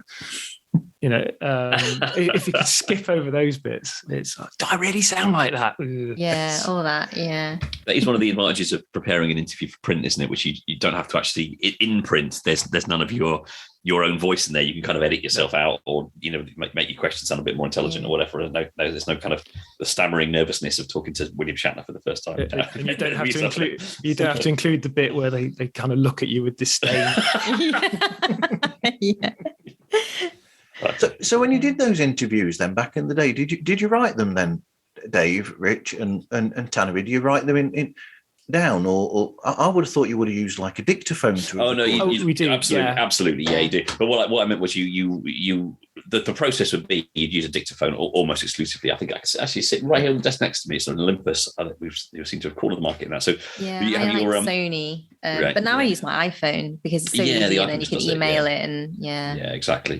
But you just use that. You have that on desk, and it's funny. You'll find that some of these interviews. Particularly at something like San Diego Comic-Con, obviously the goal is that you have a one-on-one interview, and that's that. But often at something like San Diego or whatever, there might be a bunch of you interviewing someone. So there's this big old clatter as everyone throws down their puts down their digital recorder right in front of the star. But press conferences are hilarious for that. There's this big old desk of like a car boot sale of technology just lined up in front of the star. But let's assume that you're doing a one-on-one. You get it on your dictaphone. But then when you're back in the office, you get to listen to it back and transcribe it, and you'll type it up. Basically, you'll sit there and you'll type it up, and that's the chance where you kind of cringe hearing yourself back. But you know, of course, it doesn't make it into print, and you know, you're kind of part of that editing process is, you know, choosing which bits to put into print. The thing is, it's the different process between like doing something like a podcast or and a magazine is that actually you don't really get that many words in a magazine, not even in a really big feature. You know, if someone talks for 30 minutes, you end up with thousands more words than you actually need for a 4-page feature in the magazine or something. So there's always a bit of what you have to leave out. And that's just part of the editing process. And I think that's one of the fun things about then doing things like a podcast is, you know, especially for like, I think you guys, Rich and Dave, there's just a plethora of stuff that you probably haven't written in the magazines, but you can mention outside of that never made it into the print, right? The final print. And then I think one of the things I learned interviewing is always have at least one backup. I'm like, when it comes to tech, I like to think that I'm technologically challenged. If something will go wrong, it will go wrong for me. And so I tend to have at least 2 recording devices generally, and typically 3 because that's how many I need usually to try and get one interview. I don't think there is a journalist in existence who hasn't got a story of the time their thing broke or didn't work. Yeah. I remember we had remember when mini discs were a thing? Oh yeah. Oh yeah. I've still got about 100 of them in the. Yeah, I think they're great. Really? Great. They were fantastic. And I used to do interviews on mini discs. It's fine if the mini disc isn't duff. And I just lost a whole interview with Avi Arad about the Fantastic Four. Oh no! The first one, 2005. Lost interview. Oh well. Yeah. But the time it does happen, make you very careful every other time. You know, just making sure that the little lines are dancing on your dictaphone that says that this is recording. Yeah. Absolutely. Yeah, because you do. That's the thing. You know, it is a one-shot thing when you're at a convention or so. When that's it. It's like, I mean, I suppose you can maybe ask them later, going, by the way, but it's just, you just don't generally. Just if you don't get it, you don't get it, sort of thing. And and I think that's the great thing about, you know, technology now and the way we do things now is if you pre-record and you can edit and you can change things about, then it takes away a lot of that stress, doesn't it? Yeah. So are there any standout shows that you've recorded? Well, we mentioned the black hole one. I did enjoy doing that. We sort of did it twice, which is just it was good that it was enjoyable. And we mentioned the SFX one. That was fun. That stands out. I think. Really cool. Sorry, no, carrying on. Sorry, Dave. No. I was just going to say, you know, I was going to just ask you folks if there's anyone, because you know, I enjoy every one in its own way. We've had so many different people. I enjoyed because I have been a fan of Hawk the Slayer for so long. It was a real pleasure to get it into the Christmas special and bring on Jason Kingsley, who obviously, you know, I don't know whether that, you know, that name means something to everyone, but of course he's the CEO of Rebellion. So he's basically the publisher of 2000 AD and a number of other things published there from their offices in Oxford. Video games as well. But in his spare time, he's a knight. He dresses as a knight and does jousting and stuff. And has this YouTube channel where he kind of lives history, and he's a big fantasy fan as well. So I thought it was just really good fun getting him on to talk about Hawk the Slayer. So I enjoyed that. That was really good. Did he turn up dressed as Mark Singer then? You know what? That's a Beastmaster reference, I think, Mark Singer actually. Oh yes, but no, good knowledge, good memory. Beastmaster. We should do one of those actually, guys. There we go. No, he well, obviously, I think he was during the pandemic again, so he recorded it from studio. So I just in my mind, he was dressed there in a full plate armor. Exactly. It's all about the images. Yeah. Go on, Tanavi, you were going to say. Oh yeah, what was I going to say? Oh, so I really enjoyed Joe Abercrombie on. I think that might be the one where I laughed maybe the most. I remember thinking at the end of it. Yeah, I remember thinking at the end of it, oh, my stomach hurts now. I think also we had Kelly Vera on, and that allowed me and her to tangent about K-dramas for about 45 minutes, which I think was a surprise for the guys. But I loved it because, again, it's just being allowed to sort of unleash your nerdiness and talk about stuff, finding people in that, you know, who appreciate what you appreciate is just fun, isn't it? Yeah, definitely. Absolutely. So What other podcast do any of you listen to? That's a good question.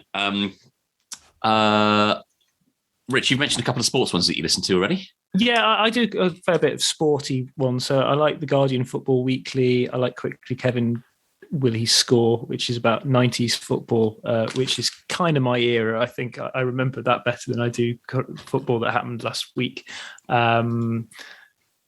Yeah, I think that they're the big ones. I listen to a bit of rugby as well. So yeah, it's mostly sport. It's where I catch up on sport. I also like both the Empire and Total Film podcasts. Yeah. And they're both very good.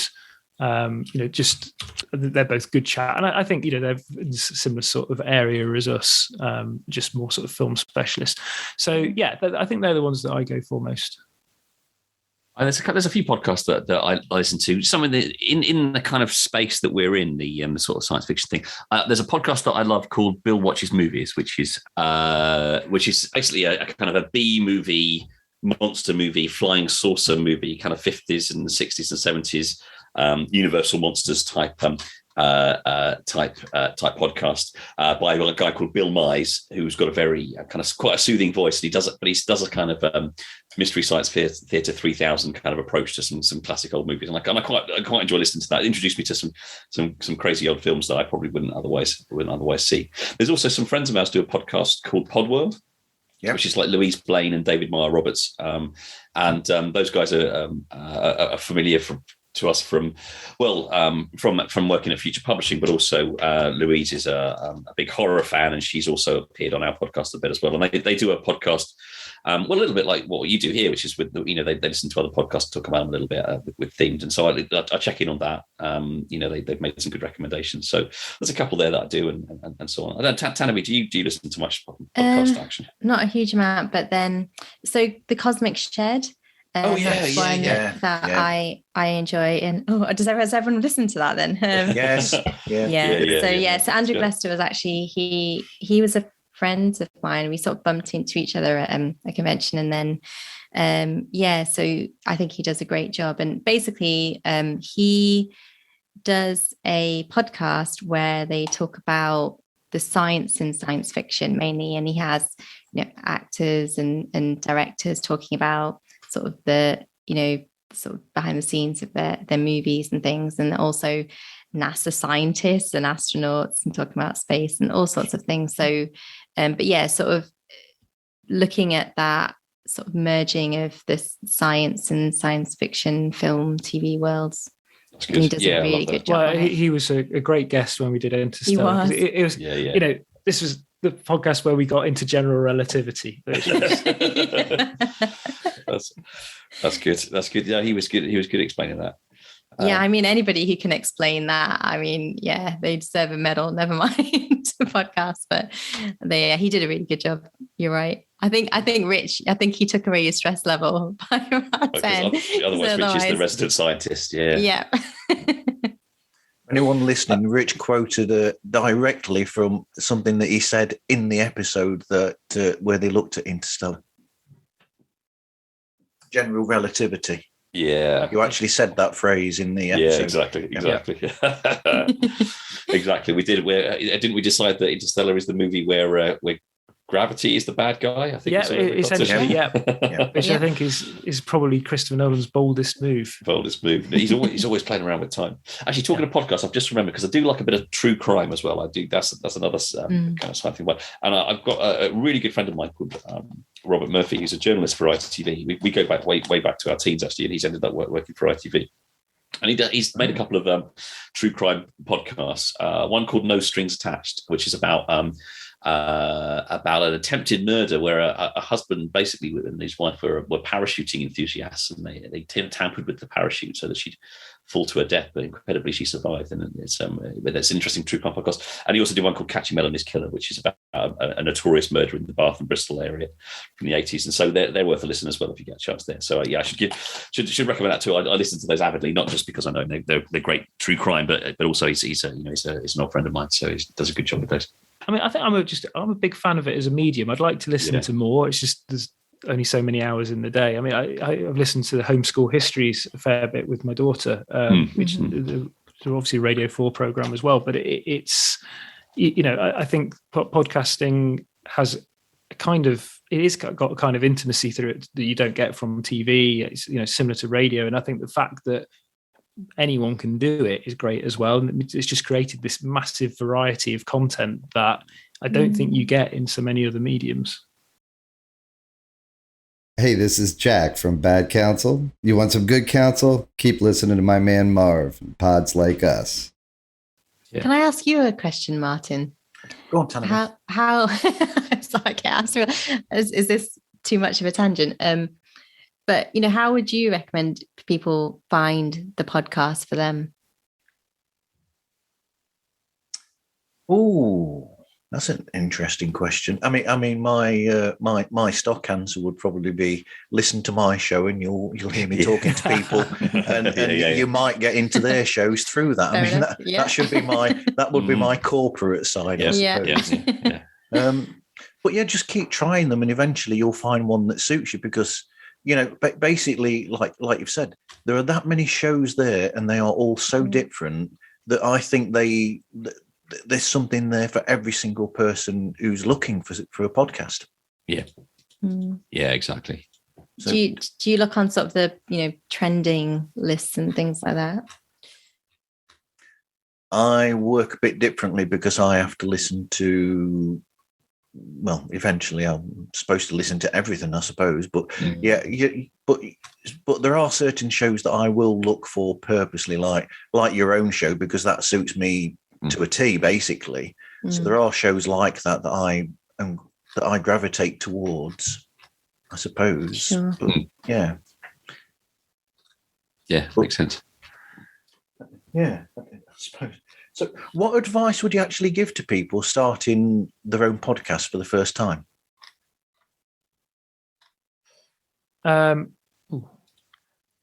It's a good question. It's a good question. Sorry. Go on, Rich. I think plan it in the first instance. Don't just sort of suddenly sit down with a friend and just talk. I mean, some people do that very successfully, but I think that's quite a bold way to go into it. And I think stick with it. I think a lot of people will start a podcast and get to 3 or 4 episodes and think, yeah, I really want to do this. I think you kind of have to keep going with it. And I think as you do a little bit more, you get a little bit more comfortable with it. You kind of work out what works, what doesn't work. I think that's the key, a bit of perseverance, and, and don't be afraid to listen back to it as well. It's as with any sort of creative endeavor, you kind of need to sort of pay attention to what you have done to kind of push it forward. Yeah. I think time, make sure that you set aside the time for it, which is we timetable time in, not just to sort of watch things, but research a bit about them, and know that we're going to do it every sort of couple of weeks or so. So we've been pretty good at being pretty regular doing that. I suppose that's the thing with the podcast, even if you're away somewhere, you can still do it. I think also, and this is, I think, really because of Dave, we sorted out the tech, because initially I think we were trying with the wrong tech and it wasn't working when we were doing the pilots. And then when you sort of chatted to people and figured out what we needed, then things started to go a lot more smoothly, isn't it? That's true. I'm glad we did the pilots. Actually, that was just to definitely just try things out, and then just seek advice. I find the fact you very kindly invited us on here and asking our advice. Now, one of the things that we found useful, when we were setting up, is just ask around. People are really willing to share their insight, and we had a number of people like Chris Finns. That was a standout. He's a guy who makes podcasts he's based in Dundee, and he's an old future publishing friend of ours. He gave us a bunch of advice, and of course, as we mentioned a few times, Dave Golden was sort of instrumental. His enthusiasm, some of his ideas and things. So just sort of ask around, and people are usually podcasting seems to be a very kind of friendly community of people who are quite happy to share the lessons that they've already learned. So that's the thing that you're right, Tanavi. I think just kind of ask around and see what works for people and take their advice when it comes to tech and stuff like that. Well, I think an extension of that as well, by talking to people, you realize that it's not impossible, that people can make a podcast, and actually doing the editing, it's something that you do need to practice and learn, but you can do it on your home computer. It doesn't need sort of massive expensive software. While you might need to spend a bit of money on a microphone, it's not an insane amount of money. Right. And a decent microphone will make a difference to how it sounds. But you can just with a bit of practice, you can get reasonably competent at it quite quickly, I think. And I think it's in that regard, it's a very democratized medium because anyone really can do it. Often the harder bit isn't the making it, it's actually getting your podcast out there so people will listen to it. Yeah. And in that vein as well, think about using social media. So when you pick the name of your podcast, at the same time, look, for Twitter handle, Facebook page, all that kind of stuff that goes with it. If you want to spread the word. Yes, the name of podcast is a tricky thing indeed. Yeah. My other half came up with my podcast name, and it's a pun in itself because of it's based on a very obscure Paul McCartney song. Really? Is it? Yes. Yes. Spies Like Us. Right. Because of being a Paul McCartney fan, you see. So. Right. Okay. Yeah. There we go. It's good. So it's a pun. This is it. It's got the fact that it also means something to you as well is important. It's an extension of your sort of personality. Absolutely, and it says what it needs to. It tells you what it is. It's about pods like podcasts like. So exactly. And, And I thought not our name. No, which is not your name. Your name is Robby the Robot's Waiting. But is he talking Italian? Yeah, okay. So how can people find your show and get hold of you? Well, the podcast is hosted on Anchor, which is, a Spotify owned company that makes things nice and easy to publish podcasts. So that's another thing as you say, Tanavi, the sort of tech, that was one of the recommendations. So we use that. So it's on Anchor as anchor.fm/Robby Sci-Fi, but also just easier to remember is robbysci-fi.com. And then there's all the podcasts there and you can find it. And the contact information for us is there as well. But should add it's Robby with a Y. Robby with a Y, yes, like Robby the Robot, Robby with a Y. And then we're on Twitter. We're Twitter handle is at Robby Sci-Fi, Robby with a Y, ROBBYSCIFI. So that's the way to find us. We're pretty active on Twitter. Actually, it's probably the platform where we're most likely to respond to stuff, I think. Yes, I've noticed that. So, is it you that controls that Twitter, or are all three of you in charge of that Twitter? Is it you, Dave? We've all got logins. I think, Rich, you and I are probably on there most. Tanavi, I don't think you dive into the messages there, do you? So much. I think. No, do I have a login? Oh my god, I don't think I realised that.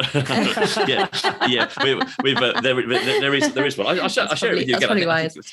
But I think so. Mostly when we're on there, it's Rich and me, isn't it? I think if you encounter us on Twitter.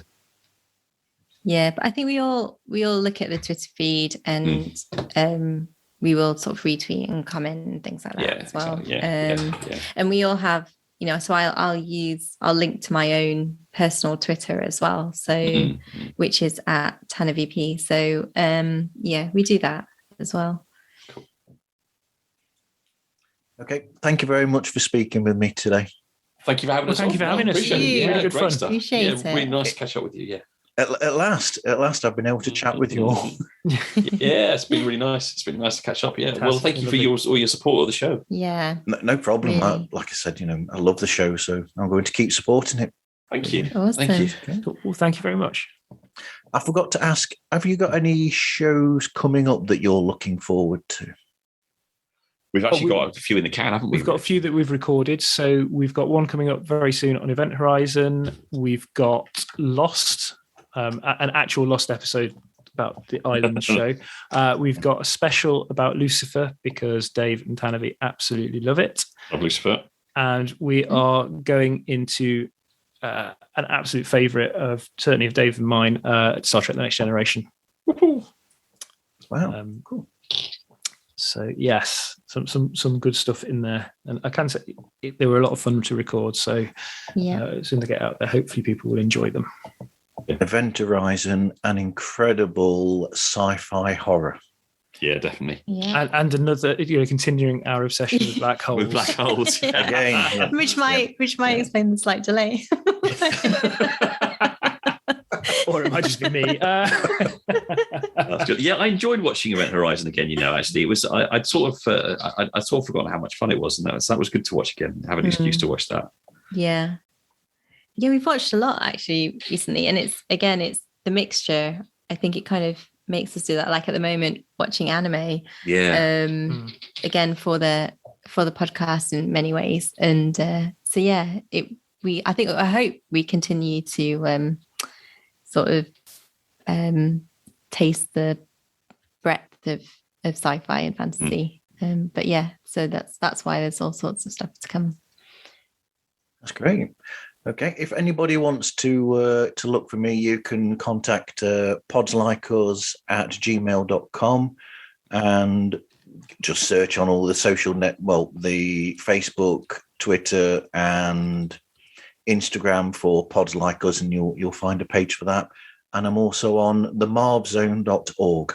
Oh, cool. For now, thank you very much, everyone, for listening, and hope you listen again to another episode of Pods Like Us.